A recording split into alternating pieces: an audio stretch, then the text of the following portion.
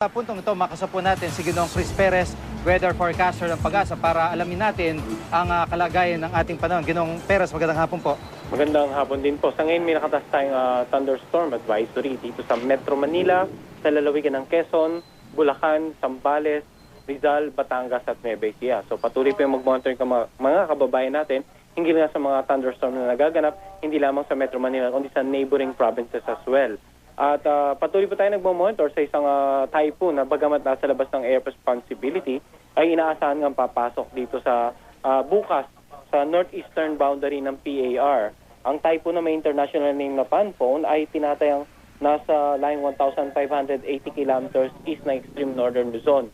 Kung magpapatuloy ito sa pagkilos sa direksyong west-northwest sa bilis naman na 20 kilometers per hour, nasa natin na, yun nga, bukas papasok ng air responsibility. Pero ang kagandahan nun ay inaasahan din natin na by Saturday, doon din siya lalabas sa may bandang northeastern boundary ng PAR patungo naman sa southern island of Japan. So sa ngayon, wala po tayong nakikitang landfall scenario o hindi natin nasa na kikilos pa ito palapit sa anumang bahagi ng ating bansa. So, yes. Mang Chris, unahin po muna natin itong thunderstorm advisory na inyong pinalabas. Medyo malaki-laki ang sakop nito mula Quezon, Metro Manila, hanggang sa Bulacan, ano po? Opo.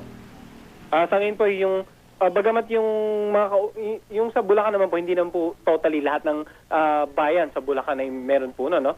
So sa Bulacan, for example, Angat, San Jose, Del Monte, and San Rafael, yung sa kasalukuyan ay may namomonitor tayong mga thunderstorm activity. And sa portions of sa Metro Manila, hindi naman po yung pangkalatang Metro Manila, bagamat yun nga payo natin sa ating mga kababayan dahil minsan is either totally mawala na yung thunderstorm cloud or dahan-dahan namang kumikilos parating sa mga ibang lugar na wala namang thunderstorm. Kung kaya't ugaliin pong magantabay ng mga kababayan natin sa thunderstorm advisory, rainfall advisory at sa lahat ng weather advisory na ipinalalabas ng Pag-asa. Pinalagay po natin sa ating official website as well as sa ating official Facebook and Twitter account. Parang ang nagiging pattern nga po at nasusubaybayan din natin mga kababayan ay sobrang init sa tanghali o sa umaga, pero pagsapit ng hapon, ito na yung malakas na ulan.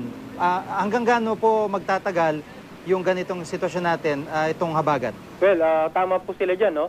So kung sa umaga medyo napapansin na po na yung mainit at malinsangan, maging observant po tayo. Tingnan po natin yung kaulapan, kung ito ba'y magde-develop into a possible cumulus clouds. Yung mga mukha pong bulak na ulap, nakaraniwan pag mainit at malinsangan, but pagdating ng tanghali at hapon ay medyo madilim na yung lower portion at matataas na yung mga kaulapang ito. Then sinyalis po ito ng, yun nga, may posibilidad na thunderstorm activity either malapit po sa kanila or paparating sa area nila. And so far, inaasahan natin na patuloy tayong makakaranas ng ganito na mga thunderstorm activity hanggang sa pumasok na po tayo sa panahon ng amihan, which we expect sometime between the last week of October up to the first week of November po.